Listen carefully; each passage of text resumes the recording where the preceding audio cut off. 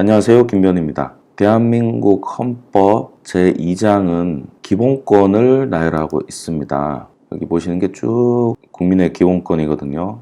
이 헌법 제2장을 권리장전이라고 합니다. 그 기본권 중에 제11조에 보시면 평등권이 규정되어 있습니다. 제11조 1항 모든 국민은 법 앞에 평등하다. 누구든지 성별, 종교, 사회적 신분에 의하여 정치적, 경제적, 사회적, 문화적 생활의 모든 영역에 있어서 차별을 받지 아니한다. 이렇게 규정되어 있는데 이 평등의 의미에 대해서 말씀을 좀 드려볼까 해요. 우리 헌법이 말하고 있는 평등이란 무엇인가? 이와 관련해서 설명하는 방법이 여러 개가 있지만 오늘은 34조 사회복지와 연결해서 말씀을 나눠보겠습니다. 평등을 두 가지로 해석할 수가 있습니다. 평등을 똑같이라고 해석할 수 있고 평등을 다르게라고 해석할 수 있습니다. 좀 특이하죠? 모든 걸 똑같이 하는 게 평등이다. 아니다. 다르게 함으로써 평등을 추구한다.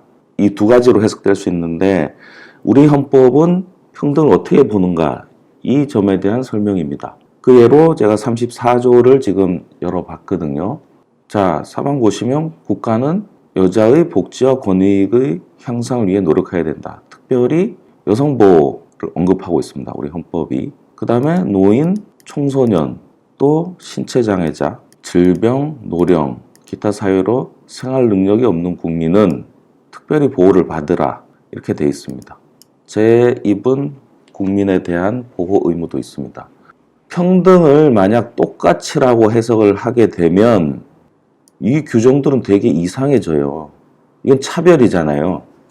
왜 차별이냐면 특혜잖아요. 헌법이 특별히 이 사람들 보호하래요. 특별히 대해주래요. 형식적으로 보면 특혜잖아요. 그럼 저기에 빠져있는 나머지 부분은 차별이죠. 그럼 이 평등이라는 의미가 어떻게 됩니까? 똑같이라고 해석하는 순간 이 평등이 무너져 버리죠. 우리 헌법은 평등을 똑같이라고 보고 있지 않는 거예요. 안 그러면 저 11조 평등권과 나머지 규정과 해석이 충돌돼 버립니다. 우리 헌법은 이 대상들을 다르게 하는 게 평등이라고 하고 있어요. 이걸 학문적으로 구분하면 모든 걸 똑같이 하는 것을 형식적 평등이라고 하고 다른 것은 다르게 하는 걸 실질적 평등이라고 합니다. 자, 우리 헌법은 형식적 평등을 추구하느냐, 실질적 평등을 추구하느냐, 이 조문 하나에서도 알 수 있죠. 이 사람들에 대한 특혜잖아요.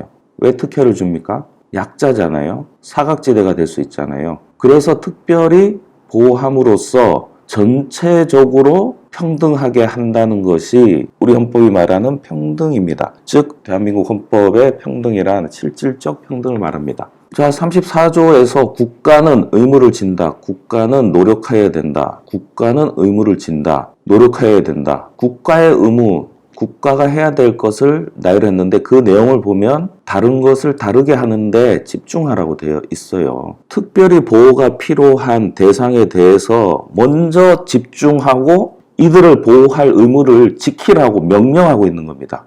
국가가 가진 자원과 능력을 여기에 집중하라고 명령하는 거예요. 우선순위가 정해져 있는 겁니다.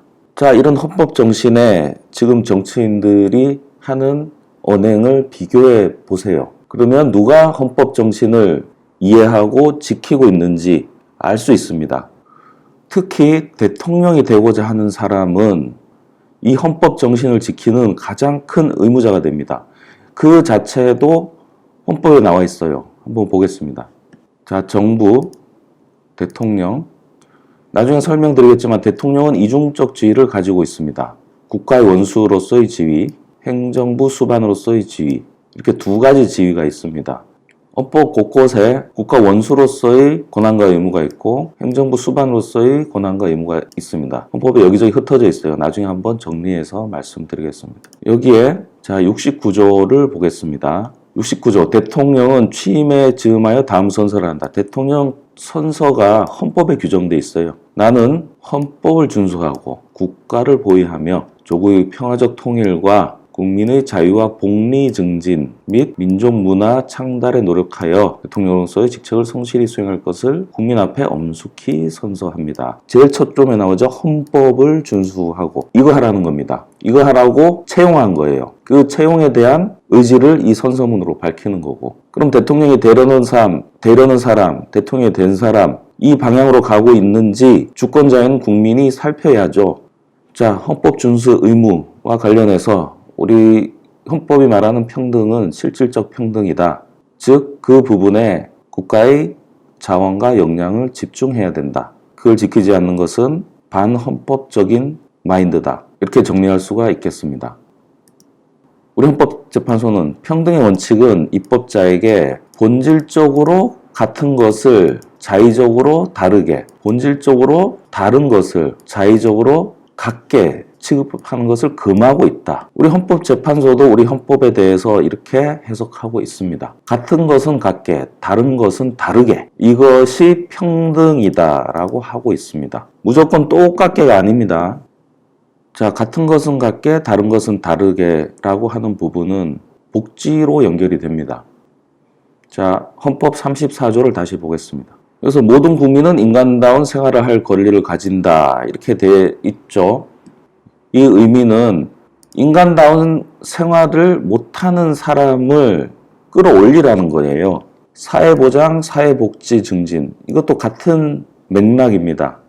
여기에 미달되는 사람들을 끌어올리라는 거예요. 이게 모든 국민은 인간다운 생활을 할 권리를 가진다는 거고, 그 구체적인 내용으로서 사회보장, 사회복지 증진에 노력하라는 걸로 연결이 되는 거고, 더 구체적으로 이 사회적 약자들 또는 보호가 필요한 사람들에게 국가가 특별히 신경 쓰라고 명령을 하는 겁니다. 일정 기준이 안 되는 사각지대를 해소하라고 하고 있는 거예요. 그리고도 국가에 여력이 남아있다면 또 고차원의 복리로 갈 수 있죠. 그 순서를 우리 헌법은 말하고 있는 겁니다. 2018년도에 문재인 대통령께서 헌법 개정안을 발의한 적이 있습니다. 그걸 잠시 볼게요. 이 34조에 대응하는 개정안 조문을 잠시 보겠습니다. 자, 이 부분인데 오른쪽이 제안되었던 개정안입니다. 모든 국민은 인간다운 생활을 할 권리를 가진다. 모든 국민은 장애, 질병, 노령, 실업, 빈곤 등으로 초래되는 사회적 위험으로부터 벗어나 적정한 삶의 질을 유지할 수 있도록 사회보장을 받을 권리를 가진다. 여기 있는 지금의 헌법 34조 2항을 구체화한 겁니다. 이 규정에 대한 해석을 조문으로 도입시킨 거예요. 실업과 빈곤이 구체화된 것도 의미가 있고요. 현대사회에서 질병, 노령 못지않게 삶의 질에 영향을 미치는 중요한 요소죠. 저 사회적 위험을 해소하는 것은 국가의 의무라고 하는 겁니다. 그리고 36조에 어린이, 청소년의 인권 부분을 추가했고, 노인의 존엄한 삶. 전부 뭐냐면 다른 것은 다르게 취급하는 겁니다. 평등권에 대해서 정확히 이해하고 지향점이 헌법적이라는 것을 이 개정안을 통해서 짐작할 수 있습니다. 헌법이 명령한 대통령의 의무가 뭔지 알고 그 방향을 향해 가고 있다는 점에 대해서 의심의 여지가 없는 겁니다. 최근 이낙연 대표도 기초기준과 적정기준을 정해서 국가 여력에 따라서 끌어올린다. 그 수준까지. 이런 보관을 발표했습니다. 딱 헌법적이죠. 정확히 헌법이 지향하는 대로 하고 있는 겁니다. 헌법을 어떻게 구현할까라는 고민을 하는 것이 분명합니다. 대통령이 되겠다는 사람들은 이 부분부터 검증을 받아야 돼요. 본인들 머릿속에 헌법에 대한 이해가 있는지, 그걸 지킬 사명감을 갖고 있는지, 그리고 언행으로 그걸 보여주고 있는지 검증해야 합니다. 국가의 운명이 달려있잖아요. 이와 관련한 헌법재판소 결정문을 하나 더 보겠습니다. 99헌마 365. 대한민국의 경제 질서에 대해서 헌법재판소가 해석하고 있는 부분입니다. 개인과 기업의 경제상의 자유와 창의를 존중하는 기본으로 한다고 규정하여 사유재산제도, 사적자치, 과실책임 원칙을 기초로 하는 자유시장 경제 질서를 기본으로 하고 있음을 선언하면서 한편 밑줄 친 부분 보겠습니다. 헌법 제34조 제1항은 아까 보신 조문입니다. 모든 국민은 인간다운 생활을 할 권리를 가진다. 제5항은 신체장애자 및 질병, 노령, 기타의 사유로 생활 능력이 없는 국민은 법률이 정하는 바에 의해 국가의 보호를 받는다고 규정하여 사회 국가 원리를 수용하고 있다고 하고 있습니다. 여기 사회라는 용어가 나오잖아요. 아까 문재인 대통령의 개헌안에도 사회적 위험이라는 표현이 있었고, 이 사회라는 부분이 평등에서 실질적 평등으로 이어지는 겁니다. 국가의 현상이 국민의 개인기로 돌아가는 게 아니라는 거예요. 서로 영향을 주고받고 하는 결과물이라는 거예요. 국가가 이를 살펴서 책임을 지라고 하고 있습니다. 이게 사회국가 원리예요. 결국 우리 헌법은 자유시장 경제 질서를 기본으로 하면서 사회국가 원리를 수용하여 실질적인 자유와 평등 이렇게 이어지는 겁니다. 아울러 달성하려는 것을 근본 이념으로 하고 있다. 우리 헌법은 평등을 실질적 평등으로 이해하고 있는 겁니다. 완전한 자유 하에서 개인기로 먹고 살아라 이게 아니라 일정 기준을 정해서 그 밑에 사각지대는 해소해라 이런 명령을 하고 있는 겁니다. 헌법재판소도 이렇게 해석하고 있는 거예요. 즉 우리 헌법의 경제질서는 사유재산제를 바탕으로 하고 자유경쟁을 존중합니다. 이거를 무시하는 거 아니에요. 이걸 기본으로 하면서도 이에 수반되는 갖가지 모순을 제거한다. 이 모순은 뭐겠습니까? 개인기에만 맡겨놨더니 가진 사람은 계속 가지고 힘없는 사람은 계속 못 가지는 현상. 아무리 열심히 해도 힘들게 사는 사람이 있고 가진 사람은 그 가진 거를 활용해서 더 많은 부와 능력을 창출하게 되고 이런 현상이 발생한다는 거예요. 갖가지 모순을 제거하고 사회복지, 사회정의를 실현하기 위한 사회 실현하기 위하여 국가적 규제와 조정을 용인하는 사회적 시장경제 질서로서의 성격을 띠고 있다. 자, 우리나라 경제 질서는 사회적 시장경제 질서입니다.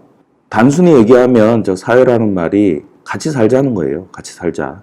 국가가 개입해서 일정 기준에 미달하는 사람들을 잡아서 올리는 거를 용인하자, 허용하자. 그게 평등이다. 이렇게 이어지는 거예요. 개인기로 열심히 사는 사람들 보장해 주되 일정 기준에 도달하지 못한 사람들은 국가가 가서 도와주는 거. 이 원리로 돌아가고 있는 겁니다. 국가는 그걸 계속 살펴야 되고 헌법에 명시돼 있고요. 특히 어디를 살피라고 명시돼 있고요. 재해 때문에 빈곤 때문에 실업 때문에 어려움을 겪는 국민들 찾아서 끌어올려 주라는 거예요. 그걸 살피라는 거예요. 우리 헌법은. 지금 코로나 전국에서 국가가 코로나로 인해서 희생한 사람들 사업장 문 닫고 코로나 번지지 않도록 하기 위해서 희생을 강요당한 사람들 그래서 빈곤이 온 사람들 직장을 잃은 사람들 국가가 도와주라는 겁니다. 그럴 때 국가가 필요하다고요. 잘 달리는 사람들 달리게 놔두고 그 경쟁 보장해주고 그건 놔두면 됩니다. 잘 달려갈 수 있게 방해하지 않으면 됩니다. 그렇지만 사회적 위험을 떠안는 사람들 거기는 국가가 있어야 된다고요. 국가는 그런 거 하는 거라고 대한민국 헌법이 말하고 있습니다. 실질적 평등을 실현하는 방향으로 움직이지 않는 정치인은 이 정치판에서 퇴출돼야 합니다. 국가의 기능을 마비시키는 거예요. 반헌법적인 사상을 갖고 있는 겁니다. 야구 경기를 보는 데 있어 키 큰 사람은 그냥 서서 보면 돼요. 이거 막지 않으면 됩니다. 국가는.